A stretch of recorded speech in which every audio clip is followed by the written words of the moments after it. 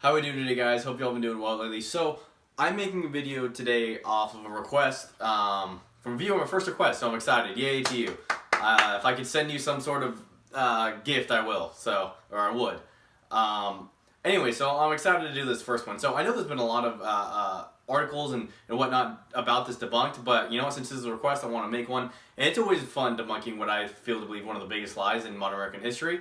The first one I think is the party switch, and this one kind of actually ties into it. It's actually about the Southern strategy. So I know Ben Shapiro actually last year's Politicon, he totally debunked this in front of Cenk Uygur, because Cenk Uygur just kept throwing this out of, and it was really stupid. And I was actually backstage at that debate, so it was really awesome to see from my angle to see Cenk just eat it. Anyways, and I think I made a video about that as well. But I know I made a video about the party switch, so now I just want to hone in on the Southern strategy. So let's jump into it. Let's just show how much crap this really is, and maybe y'all can learn something that you didn't know before, even from all the other previous times you might have looked up when it has been debunked. Because it's just such a fallacy in American history. So this is straight off of Wikipedia, just a general definition of it. In American politics, the Southern strategy was the Republican Party electoral strategy to increase political support among white voters in the South by appealing to racism against blacks. So this is absolute nonsense. In 2006, the New York Times actually published an article which pointed out two professors from the University of Pennsylvania who wrote a book called The End of Southern Exceptionalism. This is written by Richard Johnston and Byron Schaefer. So Richard Johnson was of the University of Pennsylvania, and Byron Schaefer was of the University of Wisconsin.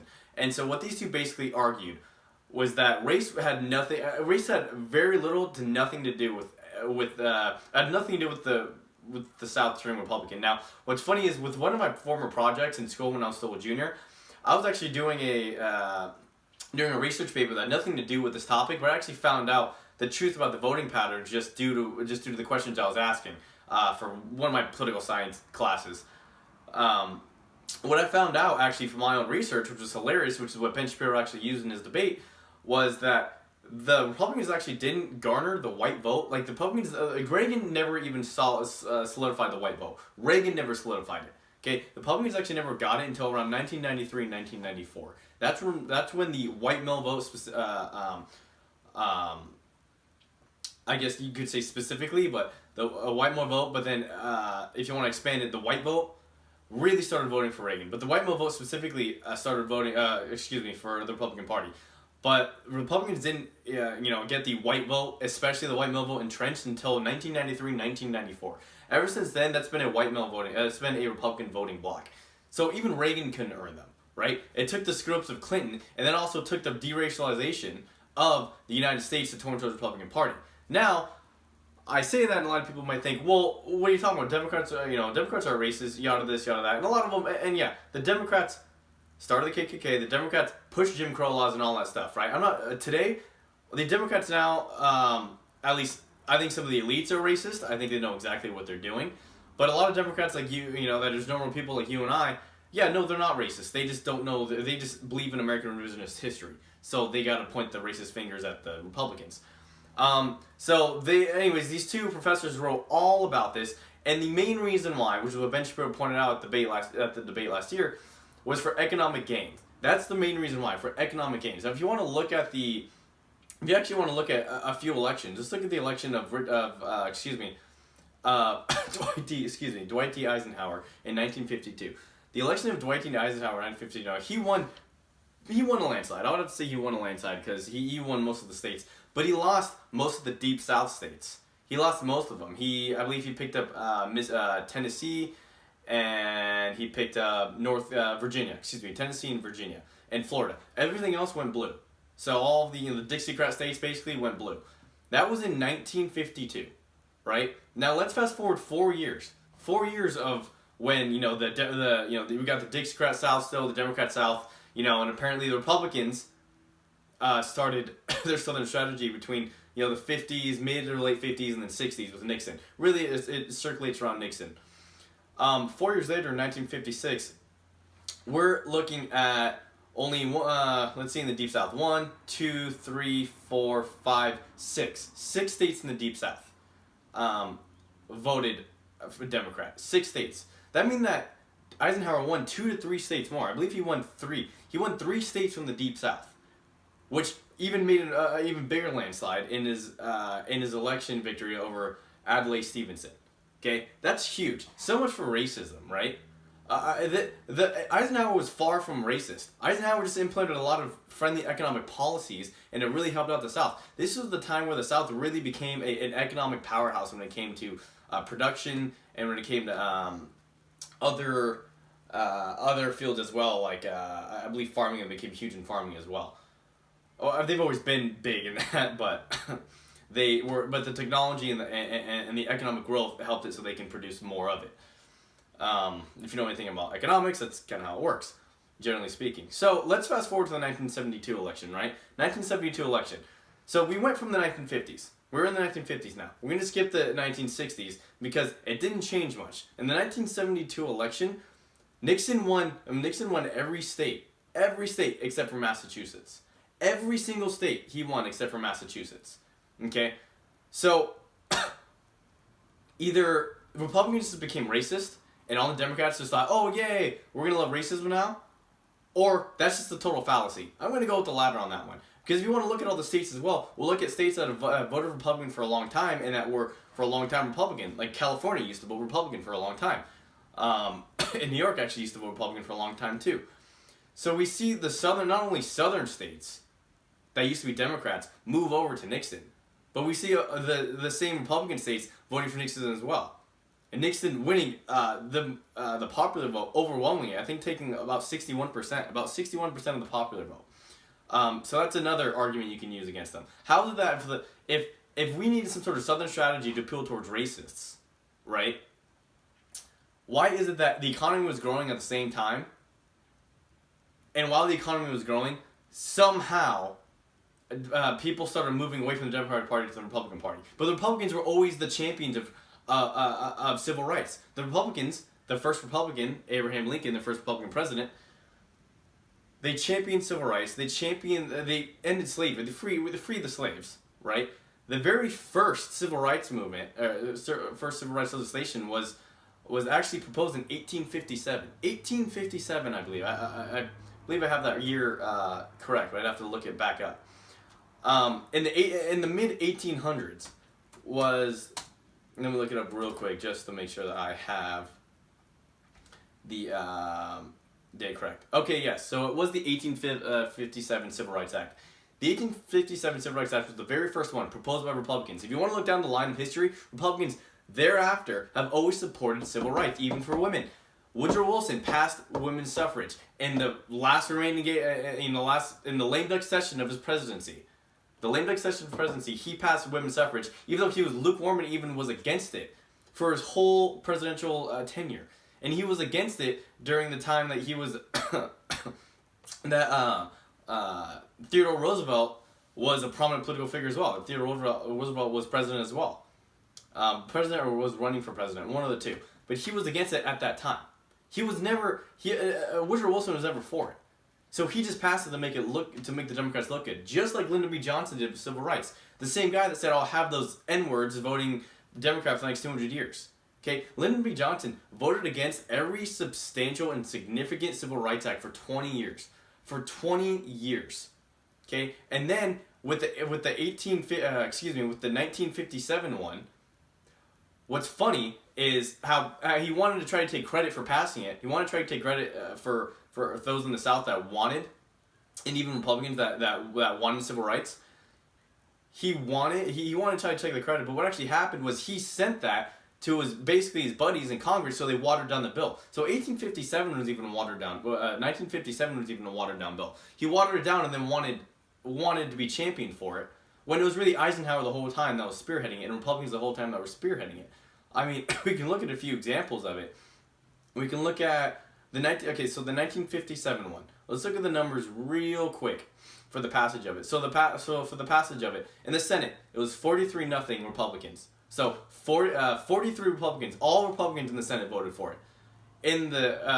For the Democrats in the Senate, 29-18. Okay, 29-18. That's plus minus 5. Okay, because you have 5 less and 5 more. That's just about there. So They were almost statistically tied when it came to that vote, if you really want to get down to it. Let's go to the House. The Republicans 167 to 19, Democrats 118 to 107. Okay, this was in 1957. Apparently when the Republicans were scheming to try to take the racists down in the South. Let's move on to the Civil Rights Act of 1964. Let's go to the House version. The House version for the Democrats was 152. This is for the House bill, the original House bill. Was for the Democrats 152 to 96. The Republicans 138 to 34. That for the Democrats is 61 to 39%. For the Republicans, that is 80 to 20%. 80 to 20%, all those racist Republicans. And let's go to the Senate version. Senate version for Democrats, 46 to 21. That's 69% to 31% for the Democrats. For the Republicans, 136 to 35. That is yet again 80% to 20% for both the House and the Congress. The Congress and the Senate. House and the Senate. So this lie that the Southern strategy was somehow a way to get racist white voters in the South, the Republicans didn't even need those votes. As we saw, they didn't even get the white vote until the mid-90s. The Republicans didn't even need those votes. This is such a lie from the left. And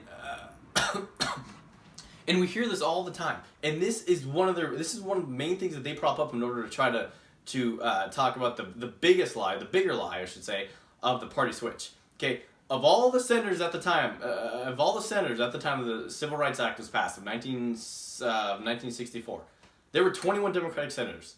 Only one turned Republican. That was Strom Thurmond. Not only that, but he denounced his racism upon his turn to the Republican Party. All the rest of the Democratic senators stayed Democrat and kept voting against civil rights. They are kept voting against civil rights and not supporting it, right? So only after even Eisenhower brought in military between his tenure of 1952 to 1956, only then did the states in the South start becoming more red. And that's only due to economic gain. That's all. That's it. Okay? None of this racism crap. And that's what the left always wants to do now. They think that they're more inclusive because more people of more race vote for them. No, all you did was now you promised them government aid because you said you love them, and in that way you keep them indoctrinated into your lie and keep them on the plantation of the government. That's really what it is. Not only have the Democrats via the government now enslaved black people and now have turned their mind to thinking that they're their friend, but they've done that for Hispanics and other minorities as well. And many whites, millions of whites, and there's more whites on welfare than any other minority. Okay? This is what the left does. They tear down, they lie so they can build up their own fallacies, so they can build up their own myths. Okay? I'll go back to my first point real quick, just to reiterate it. The New York Times in 2006 posted this of two professors who are probably Democrats. I don't know. I'd have to do my research on them. I haven't done it, but this is the New York Times we're talking about. Posted this, and I can read a little bit of it. So let's read a little bit of it. It says the two scholars support their claim with an extensive survey of election returns and voter surveys. To give just one example, recovering from a little sickness. In the 50s, among Southerners and low-income tercile, 43% voted for Republican presidential candidates, while in the high-income tercile, 53% voted Republican. By the 80s, those figures were 51% and 77% respectively. Wealthy Southerners shifted rightward in droves, but poorer ones didn't. Right? Now, obviously, richer people are more affluent, but they're going to follow the money. Richer people, if you really want to look at racial trends in our country, as the South shifted right, racial trends went down. It wasn't, they were still racist and then they went to the Republicans. That makes absolutely no sense. The Southerners hated Lincoln. There's still Southerners that hate Lincoln and hated the Republican Party. Okay? Just because of Southern pride and all that stuff. They hated them. They didn't turn to them because they loved Republicans. They didn't turn to them because they had a great history with them of the Democratic South. They didn't turn to them because of that. Okay? They thought Lincoln encroached. And that's what Democratic senators and congressmen argued for years, that the Republicans were encroaching with basically the force of the federal government into the South in order to make them desegregate. That's what they felt. That is honestly what they felt. But it's absolutely asinine to think that they just are going to forgive the Republicans for everything. That they're going to somehow stay racist but go with the Republicans. That's stupid. Okay, no. Obviously, it's only obvious, and this is just even common sense without even any statistics needed, that the more the South turned red, the less racist they got. As we even see over time. That's just common sense. And the reason why is because, like I said, you're not just going to accept this party who you've somehow been racist for the whole time you've been around, and somehow been fighting the people who are anti-slavery and Jim Crow laws and pro-civil rights. You're somehow going to be fighting them your whole history, and then you're just going to accept them and accept them into your backyard. That's it? That's what you're going to do? No, that's absolutely stupid. This was the ploy by LBJ. This was the ploy by even Woodrow Wilson back in his day. This is stupid. This is what the left does. They deny it, and then once it makes themselves look good, then they accept it. But then they say it came from the government, so now you think the government and the left from it. And you don't think goodness and individuals for doing it. And you don't think the Constitution, because the Constitution is what's the actual thing that allows all these rights to happen. It's just taken our government a long time to catch up to it. Okay, the Constitution's had all the answers. Our government has not, and it's taken a long time to catch up to it. You know why? It's because of human nature. And human nature is driving this crap here on the left. Anyways, folks, I hope you like this. I know this is a lot of information. I've been talking as quickly as I can so I don't go too long with this video. But this is really what it is, folks. The Southern strategy is a total lie. Total lie of the left. New York Times has said it's a lie of the left. Professors, even not from these colleges, have said so as well over the years. The Southern strategy is a lie. The party switch is a lie. Okay? Don't ever believe it. Republicans didn't gain the white vote until the mid-90s, and they weren't out there to just get racist white votes. They didn't need them. Okay? People moved to the Republicans in the South because that's where the money was, because they supported their economic gains. That's why. That's it. That's all. And you're not going to just join the Republican Party after hating them for generations and generations.